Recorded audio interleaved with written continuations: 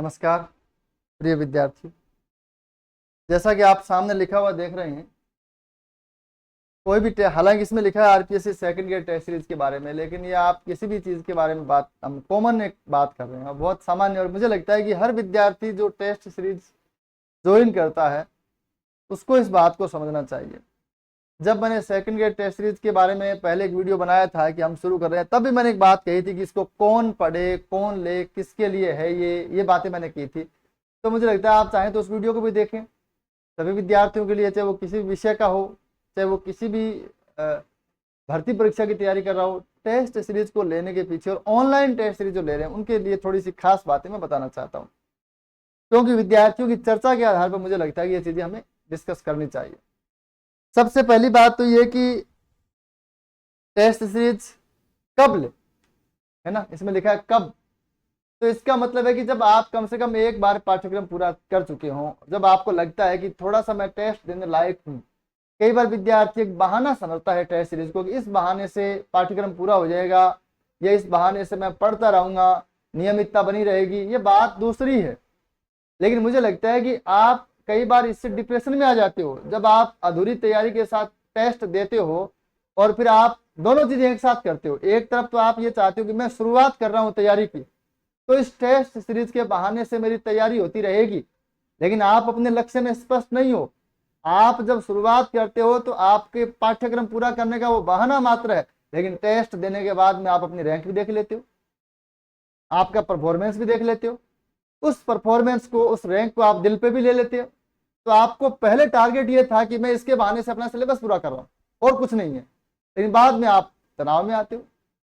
तो मुझे लगता है कम से कम एक बार सिलेबस से आपका परिचय हो जाए अच्छा सा, और चीजें आपको मोटी मोटी समझ में आ जाए, फिर आप साथ में याद करना शुरू कीजिए और साथ में सिलेबस दीजिए। ये उससे पहले टेस्ट नहीं देना चाहिए। बिल्कुल नए विद्यार्थी के लिए टेस्ट सीरीज, और क्या टेस्ट देंगे। बिल्कुल नए विद्यार्थी ऑब्जेक्टिव टाइप किताबों से शुरुआत करते हैं, टेस्ट सीरीज से शुरुआत करते हैं। मुझे लगता है मनोवैज्ञानिक तरीका नहीं हो, बिल्कुल गलत तरीका है। ठीक है, हालांकि अपनी अपनी मर्जी है, लेकिन मुझे लगता है, क्योंकि मेरे पास इस संबंध में फोन आते हैं, बातचीत होती है, इसलिए मैं अपनी बात रख रहा हूँ। ठीक है, कैसे कैसे में कई चीजें हैं। ऑनलाइन टेस्ट सीरीज को एक तो ऑफलाइन कैसे बनाएं।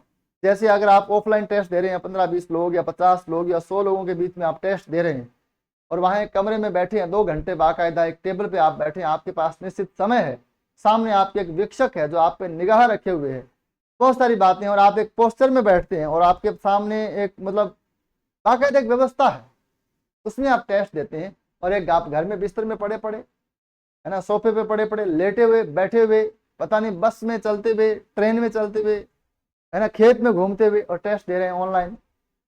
इसमें फर्क आता है। तो मुझे लगता है कि पहला काम विद्यार्थी को यह करना चाहिए। और पहली बात तो ऑनलाइन टेस्ट है वो एक प्रकार से मजबूरी, संभव हो तो ऑफलाइन टेस्ट सीरीज ज्वाइन करें। अगर किसी के पास ऑफलाइन नहीं है तो ही ऑनलाइन, क्योंकि इसमें मेरे पास भी, जैसे हालांकि मैं ऑफलाइन जैसे अभी नहीं कर रहा सेकंड ग्रेड की टेस्ट सीरीज, तो मैं ये नहीं कहूँगा कि मेरा ही ज्वाइन करें। ऑफलाइन अगर आपके पास अच्छी सुविधा है तो उसको ज्वाइन कर ले, लेकिन अगर आप ऑनलाइन ज्वाइन कर रहे हैं तो ऑनलाइन को भी ऑफलाइन बनाया जा सकता है। उसका एक तरीका तो ये है कि आपको लगता है कि किसी भी एप्लीकेशन में इस समय टेस्ट अपलोड किया जाता है, तो उससे 2 या 3 घंटे बाद का आप समय रखें या अगले दिन का रख ले।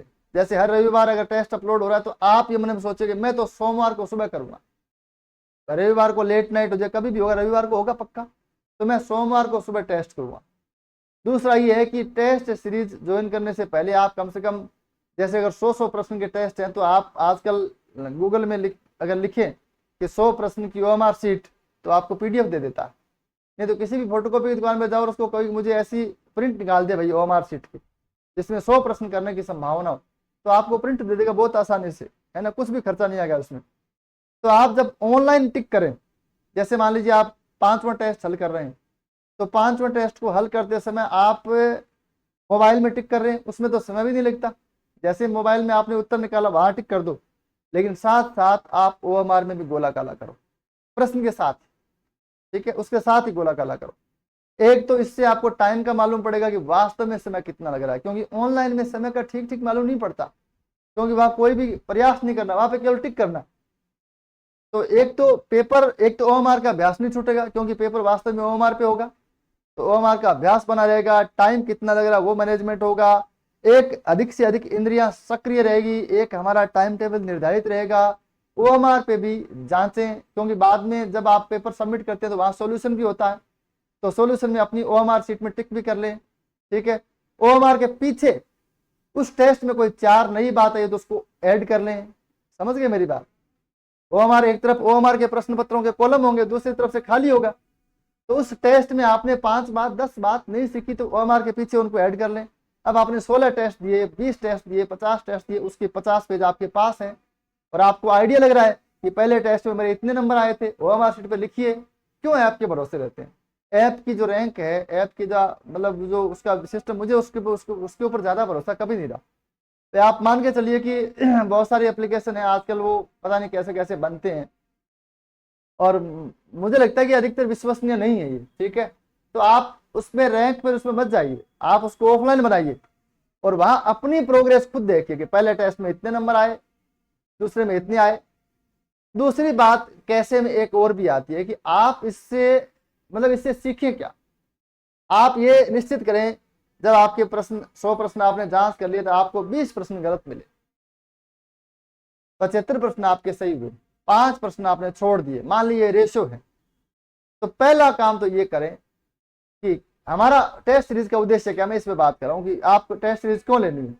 तो पहला काम तो ये करना है आपको कि ये जांचना है कि क्या जो मैं पाठ्य सामग्री पढ़ रहा हूँ उसमें से 80% से ऊपर प्रश्न आ गए हैं।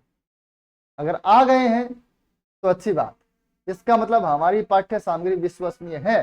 तो टेस्ट सीरीज से हमारी पाठ्य सामग्री की विश्वसनीयता को भी परखा जा सकता है। कभी कभी एक टेस्ट में मान लो आपकी पाठ्य सामग्री में से 50 प्रश्न भी नहीं आए तो आप वेट करो, अगला टेस्ट और दो, अगला उसमें भी नहीं आए तो फिर तीसरा टेस्ट दो। क्योंकि कई बार पेपर सेटर भी ऐसे मूड खराब होता है, पेपर ऐसा बना देता है खींच के उसमें से 20 प्रश्न भी नहीं आते आपकी सामग्री में से। आरपीएससी तो कॉमन पेपर देती है ना, आरपीएससी में तो सभी प्रकार के प्रश्न आते हैं, तो वहां ऐसा नहीं होगा। ठीक है, फिर मैं खुन्नस में आके हो सकता है ऐसा पेपर बना दूं कि आपके नोट्स में से एक भी प्रश्न नहीं आए, लेकिन आरपीएससी में ऐसी खुन्नस नहीं होती, वहां कॉमन पेपर बनता है। तो 2-3 टेस्ट में ये अवलोकन करें कि क्या हमारी पाठ्य सामग्री में से 70% या 80% से ऊपर प्रश्न आ रहे हैं तो हमारी पाठ्य सामग्री विश्वसनीय है। अगर लगातार टेस्ट हम दे रहे हैं, हमारी पाठ्य सामग्री इसमें में से कम प्रश्न आ रहे हैं, 50-60 इससे भी कम आ रहे हैं, तो हमें पाठ्य सामग्री का पुनर्निर्धारण करना चाहिए। ये बात। दूसरी बात, मान लीजिए हमारी पाठ्य सामग्री में से 80% से ऊपर प्रश्न आ रहे हैं, इसके बावजूद भी गलत हो रहे हैं, तो उसके 2 कारण हो सकते हैं। हमने उस पाठ्य सामग्री को ठीक से समझा नहीं है या हमने उसको ठीक से रटा नहीं है। तो ये समझे। अच्छा, अब ये फिर से छांटे। मुझे लगता है कि बहुत मनोवैज्ञानिक चीजें होती है ये, और मुझे इन चीजों में आनंद भी आता है, और मुझे ऐसा भी लगता है कि अगर आप इस प्रकार से करते हैं तो इसमें सुधार होता है। पहला काम आपने ये किया, जांचा कि क्या पाठ्य सामग्री से प्रश्न आ रहे हैं तो ठीक, नहीं तो पाठ्य सामग्री का पुनर्निर्धारण करना। प्रश्न आ रहे हैं तो गलत क्यों पे? गलत होने के 2 कारण हो सकते हैं, या तो ठीक से चीजों को समझा नहीं या ठीक से चीजों को रटा नहीं। अब आप ये भी छांटे कि 20 प्रश्न जो मेरे गलत हुए उसमें कितने तो ऐसे प्रश्न गलत हुए जो रटने के कमी के कारण गलत हुए, और कितने ऐसे प्रश्न हैं जो समझने की कमी के कारण गलत हुए, और कितने प्रश्न ऐसे हैं जो याद भी थे, समझ में भी आता था, लेकिन गलती से, लापरवाही से, प्रमाद से, कॉमन एरर के नाम पे गलत हुए। उनकी बाकायदा सूची बनाइए और आगे आने वाले टेस्ट में उन कमियों को दूर कीजिए जिन कमियों की वजह से पिछले टेस्ट में परफॉर्मेंस खराब रही। और पिछले अगर आपने 5 टेस्ट दे दिए हैं तो आप अपनी पहली परफॉर्मेंस, दूसरी, तीसरी, चौथी और 5वीं को सामने रख के तुलना भी करें कि कहाँ सुधार हो रहा है, कहाँ और सुधार करने की जरूरत है, कहाँ हम मजबूत हुए हैं, कहाँ और मजबूत होने की जरूरत है। इसलिए टेस्ट सीरीज होती है। मतलब टेस्ट सीरीज की पीडीएफ निकाल के रख देते हैं विद्यार्थी, तैयारी करते नहीं। पीडीएफ दो सर, पीडीएफ क्यों देनी सर? निकाल के रख लेंगे, बाद में लास्ट में पढ़ लेंगे। क्या उसका मतलब है? पढ़ दो। यूथ कंपटीशन की गाइड आती है जिसमें 15,000 प्रश्न, तो इसके लिए 500-600 रुपए क्यों खर्चा करते? 15-16 पेपर कोई बलदेव महर्षि तोप है क्या जो 15-16 पेपर बनाएगा उसमें से आरपीएससी में 50 प्रश्न आ जाएगा? कोई ऐसी तोप नहीं है, तो उन्हें मुबारक हो। लेकिन मैं ये कहता हूं कि आप 500 रुपए खर्च करते हो और 1600 प्रश्न का पीडीएफ निकाल के उसको रख लेते हो, बाद में पढ़ लेंगे जी, काम आ जाएगी। तो भाई जी 500 रुपये हम बढ़िया 500 रुपये की किताब आज के हम प्रश्न ही प्रश्न भरिया पड़े, जरूरत क्या है इसकी। कोई भी टेस्ट श्रृंखला कोई टेस्ट सीरीज आप करते हैं तो इसमें आप समझे कि मतलब क्या है इस चीजों का। ठीक है, तो ऑफलाइन कैसे बनाएं, ठीक है, और पाठ्य सामग्री प्रश्न करने हैं, और ये मैंने बता दिया पेपर हल करने की जो क्षमता है उसको भी जांच करें कि जैसे मान लीजिए आपने पेपर हल किया तो कितने समय में पेपर हल हो गया, या कितने समय में मतलब उसमें समय ज़्यादा लगा या कम लगा, और आपकी जो पेपर करने की क्षमता है, किन प्रश्नों में आप अधिक प्रभावी हैं, किन प्रश्नों में आप अधिक कमज़ोर हैं, कौन सा पोर्शन आपका कमज़ोर है, क्या ग्रामर में अधिक प्रश्न गलत हो रहे हैं, क्या साहित्य में अधिक गलत प्रश्न हो रहे हैं, ये सब चीज़ें हमें सोचनी चाहिए। ठीक है, हाँ ये मैंने बता दिया कि भाई टेस्ट देने के बाद में मूल्यांकन कैसे करें।